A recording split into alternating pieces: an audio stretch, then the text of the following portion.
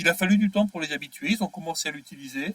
Et puis un jour, ils sont venus me voir en me disant « Tu pourrais pas nous faire un prompt différent pour avoir des titres plus courts pour le print, parce que les titres web que vous avez, ils sont un peu longs. » Et on l'a fait ensemble. Je leur ai dit « D'accord, mais vous le testez avec moi. »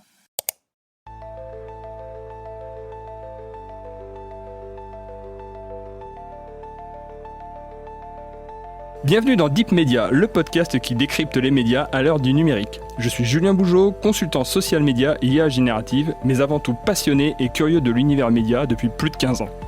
Dans un écosystème en perpétuelle transformation, comment les médias s'adaptent-ils ? Comment se réinventer face aux nouvelles technologies et aux géants du numérique ? Quel avenir pour l'information et ceux qui la produisent ?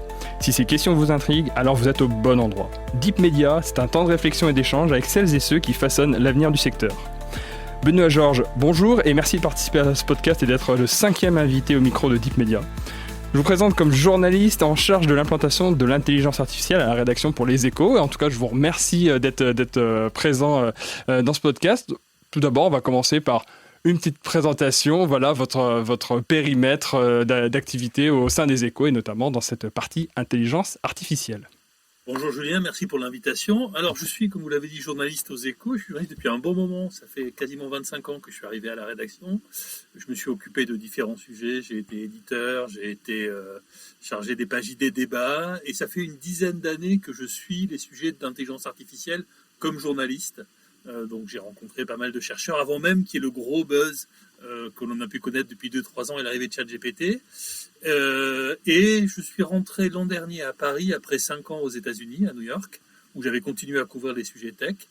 Et comme il fallait que je trouve un nouveau travail, j'ai proposé de faire quelque chose qu'on commence à voir dans les rédactions américaines, notamment au New York Times ou chez Bloomberg, qui est d'avoir quelqu'un dans la rédaction avec un profil de journaliste et qui s'occupe de tous les projets liés à l'IA. Et ça concerne les partenariats, ça concerne la formation des équipes, qui est un sujet super important, et ça concerne aussi le prototypage et l'adoption des outils, parce que depuis presque un an maintenant à la rédaction, on a des outils d'IA qu'on a en partie développés nous-mêmes, ou parfois qu'on achète sous étagère et qu'on donne à nos journalistes. D'accord. Donc effectivement, on va revenir sur un peu ces outils. Donc ouais, c'est vraiment cette inspiration des États-Unis qui vous a poussé aussi à embrayer le pas et à mettre ça en place aux Échos. Et c'est quoi en gros ce qui vous a motivé, ce que vous avez vu aux États-Unis où vous vous êtes dit allez, faut qu'on y aille en France. On ne peut pas passer à côté. Alors les États-Unis ne sont pas forcément les plus avancés. Il y a les pays du nord de l'Europe, par exemple, sont très bons aussi sur ces sujets-là, la Suède notamment.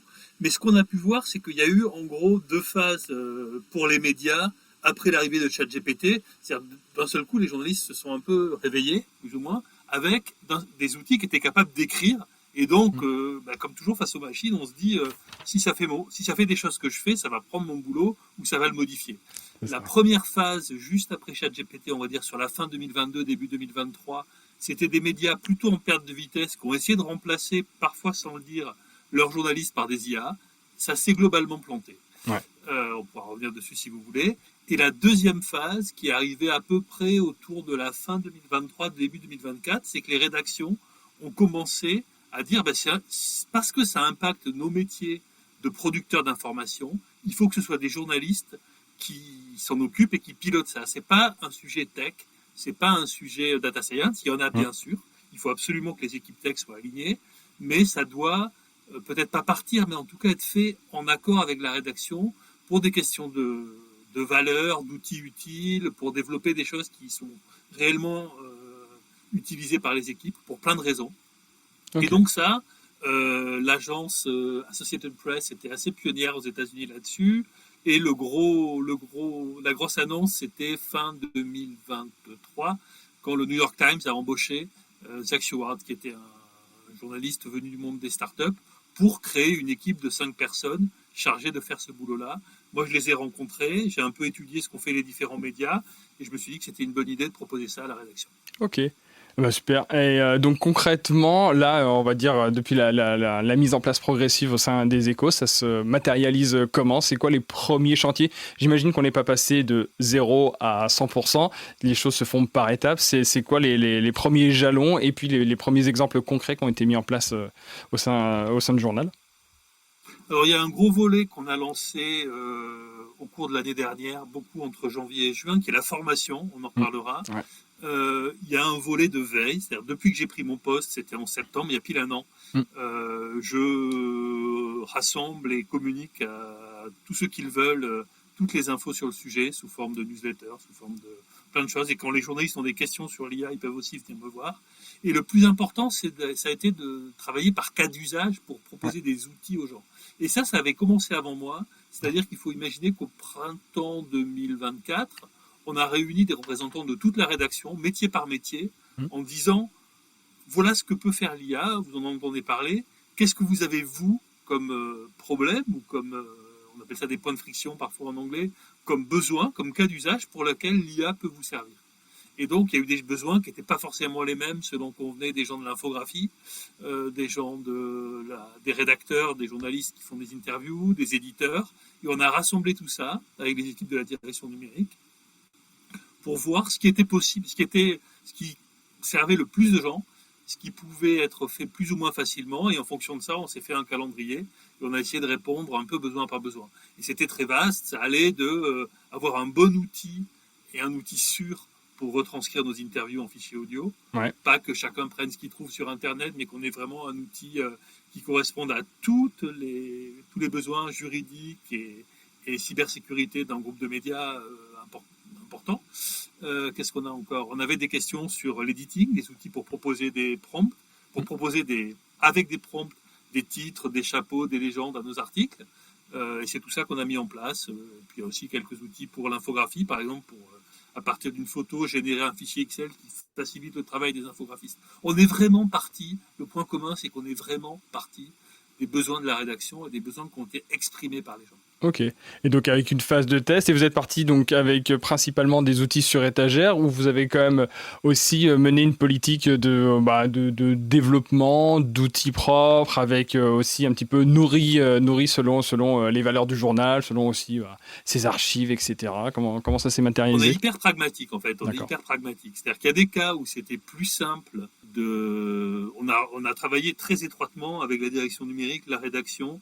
Et on a une super équipe d'informatique rédactionnelle, donc de gens qui travaillent sur les outils de la rédaction, qui dans certains cas ont adapté l'outil dans lequel on écrit nos articles, ce qu'on appelle un CMS dans la presse écrite, un content, et dans les médias, dans les sites web, l'outil de gestion de l'information. Donc on a une espèce de super Word dans lequel on écrit, on référence, on rajoute des métadonnées à nos articles, on rajoute des vidéos, etc. Et ben on a développé en interne à partir d'un outil qu'on achète. On a développé une extension interne pour faire à la fois, pour suggérer aux auteurs des articles ou aux éditeurs des titres, des chapeaux, des résumés ou des posts LinkedIn à partir de leurs articles. Et ça, on a aussi développé un bac à sable, c'est-à-dire qu'on peut nous-mêmes faire les prompts, les prototyper, en faire de nouveaux, les changer, les modifier en toute transparence. Donc il y a une partie de gens qui sont des prompteurs, il y avait une partie de la rédaction qui était des testeurs, et au bout de 3-4 mois, quand on a considéré que ça marchait bien, donc en janvier l'année dernière, on a commencé à proposer ces prompts préparés à l'ensemble de la rédaction, et aujourd'hui tout le monde les a, et est libre de les utiliser ou pas, ça dépend des cas, mais là aussi c'est une question de besoin, c'est-à-dire parfois on cale sur... Il y a des fois où on a le titre en tête, il y a des fois où on cale sur le titre, l'IA va de façon sécurisée, avec des règles évidemment avec plein de règles de sécurité et techniques derrière, proposer des titres qui correspondent à des titres des Échos, qui correspondent à des règles de SEO, etc., directement à nos journalistes. Et donc, vous voyez en termes d'adoption de la part de la rédaction, de la part des journalistes, est-ce que c'est une adoption massive, est-ce que c'est une adoption prudente ? On évoquait tout à l'heure vraiment à demi-mot l'enjeu de la formation. Comment est-ce que ça se développe progressivement au sein de la rédaction, avec un enthousiasme fou, avec une prudence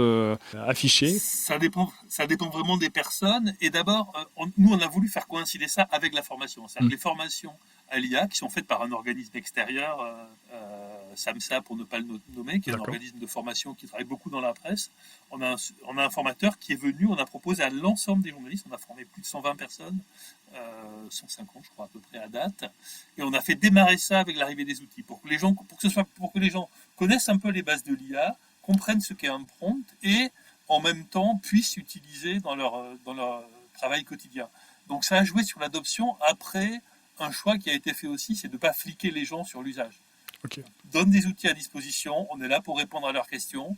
On sait que certains les utilisent beaucoup, d'autres pas. Il n'y a aucune obligation. Si un outil en plus qui permet de faciliter le boulot, qui répond à des cas d'usage précis, mais c'est pas une obligation. Et voilà, donc ça c'est un choix. On monitore dans certains cas, on voit à peu près. Moi, par exemple, je sais exactement combien d'heures d'interview sont retranscrites chaque semaine parce que ça m'aide à savoir si le contrat qu'on a avec un fournisseur européen est respecté, parce que c'est un contrat commercial là pour le coup. Et pour les outils qu'on fait nous-mêmes, on est plutôt dans la phase d'encourager l'adoption et de l'accompagner plutôt que d'obliger les gens à l'utiliser. Ouais, c'est ça. Là, c'est vraiment, on est dans de l'adoption, de l'acculturation, si j'ai bien compris au départ, pour comprendre un petit peu de quoi il s'agissait. Est-ce que vous considérez déjà que l'IA, c'est déjà un outil qui, à votre sens, dans votre perception, est incontournable dans la rédaction, ou est-ce que ça va le devenir? Est-ce qu'il l'est déjà, ou est-ce qu'il va le devenir? Incontournable, j'en sais rien. Rien n'est incontournable. On peut très bien faire des titres sans IA, on peut très bien retranscrire une interview sans IA. Simplement, si vous arrivez d'une interview assez longue où vous avez interrogé 10 personnes pour une enquête, avoir un transcript rapide, voire un outil qui va vous permettre d'aller directement aux bonnes citations et d'être sûr de ne pas vous être trompé dans la citation, c'est quand même mieux pour certaines personnes. Encore une fois, ça dépend. Il y a des gens qui sont encore très accrochés à leur stylo et leur cahier, mais il y a plein de gens ça a été un super facteur d'adoption de proposer un outil qui marche bien, qui est solide, qui est sûr à nos journalistes. Et donc, je pense que c'est, oui, incontournable, ça l'est déjà, mais ça ne sera pas incontournable pour tout le monde et pour tous les usages. Ça va vraiment dépendre des personnes et c'est pour ça qu'il faut suivre, et que c'est aussi pour ça que c'est bien d'être dans la rédaction, parce que ça permet de voir comment les gens l'utilisent. Parfois, j'ai par exemple des équipes de secrétaires de rédaction qui n'étaient pas totalement convaincus au départ de la titraille, parce que c'est leur métier, la titraille. Ils n'étaient pas tout à fait sûrs. Il a fallu du temps pour les habituer, ils ont commencé à l'utiliser. Et puis un jour, ils sont venus me voir en me disant « Tu ne pourrais pas nous faire un prompt différent pour avoir des titres plus courts pour le print, parce que les titres web que vous avez, ils sont un peu longs. » Et on l'a fait ensemble. Je leur ai dit « D'accord, mais vous le testez avec moi. » Et voilà, et du coup, ils l'ont adopté. Et encore une fois, certains l'adoptent, d'autres non, ça dépend des personnes. Non, c'est intéressant aussi cette espèce de dissymétrie entre les personnes. En tout cas, il n'y a pas quelque chose qui est imposé. C'est voilà, chacun l'adopte à son rythme et selon ses usages, comme vous le dites. Est-ce que du côté des échos, on est souvent surpris. Ouais. On est souvent surpris de qui adopte et qui adopte pas. Moi, je connais bien. Je disais, ça fait un quart de siècle ou presque que je bosse à la rédaction. Je connais à peu près tous les journalistes depuis longtemps. Et c'est pas forcément ceux auxquels je m'attendais qui adoptent le plus ou qui sont le plus enthousiastes. Ça dépend vraiment des gens. Il y a des gens qui m'ont dit, tiens, c'est un geek, mais en fait, il aime pas trop ça, ou ça lui parle pas trop. Il y en a d'autres dont je me disais, c'est pas trop son truc, la tech, et qui adorent parce que, par exemple, il déteste faire des chapeaux. Et quand l'IA lui propose, ça propose 3 chapeaux différents, il prend le meilleur, parfois il adapte un peu, mais il a gagné 10 minutes à la fin de son papier, il est content. C'est ça. Ou elle est contente. C'est bien, en tout cas, si dans ce que vous voyez, ça creuse pas en plus une espèce de fracture numérique qui pourrait y avoir dans la rédaction. Je le constate pas du tout. À partir du moment où on va prendre tout le monde et former tout le monde et proposer à tout le monde d'être formé, et où tout le monde a à peu près les mêmes bases de connaissances, d'acculturation, pour reprendre le mot que vous utilisiez, ça se passe pas trop mal. D'accord. Et ce que je voulais dire par rapport à ça, est-ce qu'il y a une charte d'usage de l'IA qui est mise en place au sein des échos, ou est-ce que vous êtes vraiment dans le mode un peu bac à sable? Moi aussi, je vais reprendre un terme que vous utilisiez sur le côté, voilà, on teste, on voit comment chacun s'en empare et on fait des micro-tests dans son coin, ou est-ce qu'il y a déjà quelque chose qui est charté, qui est assez cadré sur là, on peut y aller, là, pour le coup, c'est chasse gardée, on n'y va pas? On a une charte très très précise qui est en fait je crois que le groupe Les Échos, alors j'étais aux États-Unis à l'époque, mais de mémoire, c'était le premier groupe de médias en France, Les Échos Le Parisien, on est dans le même groupe, bien sûr. Qui a proposé une charte encadrant l'usage de l'intelligence artificielle. On est arrivé très très tôt, ça doit remonter à 2023. D'accord. Elle n'a pas tellement évoqué, ça veut dire que par exemple, on s'interdit d'écrire des articles avec l'IA, que l'IA écrive des articles ou fasse des images, sauf dans des cas très particuliers où on veut illustrer. Par contre, on l'utilise comme outil le plus possible en disant ce qu'on fait, et en essayant d'être le plus transparent et sans forcer personne à l'adopter dans la rédaction. Et voilà, cette charte couvre ces éléments-là. Et c'est important d'en avoir une parce que ça nous guide. Après, ça évolue et ça laisse de la place à l'expérimentation, bien évidemment. Okay. Par exemple, nous, on se sert de l'IA sur des textes qu'on a déjà écrits. C'est jamais l'IA qui va les écrire. Donc tout part, et la façon dont on paramètre les outils sont qu'ils vont rester dans le corpus de nos articles, ils ne vont pas aller chercher des compléments ou des phrases ou des éléments sur le web ou sur ChatGPT ailleurs. Ça reste un outil. Nous sommes les producteurs de l'information. L'IA peut nous aider à la produire de façon pour l'adapter à différents formats, par exemple pour faire un post à partir d'un article déjà écrit, ce genre de choses. Mais c'est pas elle qui écrit les articles, c'est toujours l'humain qui décide. Ouais, oui. Et ça, c'est très clair dans notre charte. Donc ça vous permet aussi peut-être d'éviter un écueil aussi parfois qu'on peut avoir avec l'utilisation des LLM et puis de l'IA générative en général, c'est la standardisation aussi des contenus. Et on a vu, on parlait tout à l'heure un petit peu des médias qui se sont un peu pris le mur de l'IA générative en 2022, début 2023. C'était aussi par rapport à une forme de standardisation des contenus où on voyait des papiers qui sortaient, qui étaient vraiment tous de la même teneur, qui étaient écrits exactement de la même manière. Peut-être qu'avec cette démarche-là, ça vous permet d'éviter cet écueil-là et de garder encore la singularité de vos journalistes et de votre titre. Oui, et puis c'est important, typiquement, c'est un des points qu'on aborde dans nos formations. L'IA a plein d'avantages, mais elle a aussi plein d'inconvénients. Elle peut halluciner, elle peut moyenniser, comme on dit, c'est pas un très joli mot, mais elle peut rendre tout un peu pareil. Ouais. Et donc, et voilà. Et puis on rappelle à nos journalistes dans les formations, on leur dit tout ce qu'ils peuvent faire avec. On peut aussi dire tout ce qu'ils ne peuvent pas faire avec, parce que, par exemple, c'est pas parce qu'il y a un super outil qui fait un super truc, typiquement, et qu'on est pressé, qu'on n'a pas le temps de trouver une photo, qu'il faut aller demander à Dali ou à un autre générateur d'images de la faire. Non, on a des iconographes aux Échos, on a des rapports avec des agences, on choisit des photos d'une certaine manière, et l'IA pourrait générer des images, mais on ne souhaite pas le faire parce qu'on veut montrer la réalité à nos lecteurs, et c'est quelque chose qu'on leur doit, et ça se fait avec les gens du service photo, et les gens le comprennent très bien à partir du moment où on prend le temps de leur expliquer. C'est la fin de la première partie de cette interview de Deep Media avec Benoît Georges, journaliste en charge de l'implantation de l'intelligence artificielle à la rédaction pour Les Échos. Je vous donne rendez-vous prochainement pour la suite de cet échange où l'on va continuer d'explorer le futur des médias à l'heure du numérique. En attendant, pour ne pas manquer les prochains épisodes, abonnez-vous à ce podcast et mettez les commentaires et étoiles adéquates. Deep Media est un podcast autoproduit par Follow Me Conseil, agence de formation et conseil stratégique spécialisée en IA générative et social media. À très bientôt.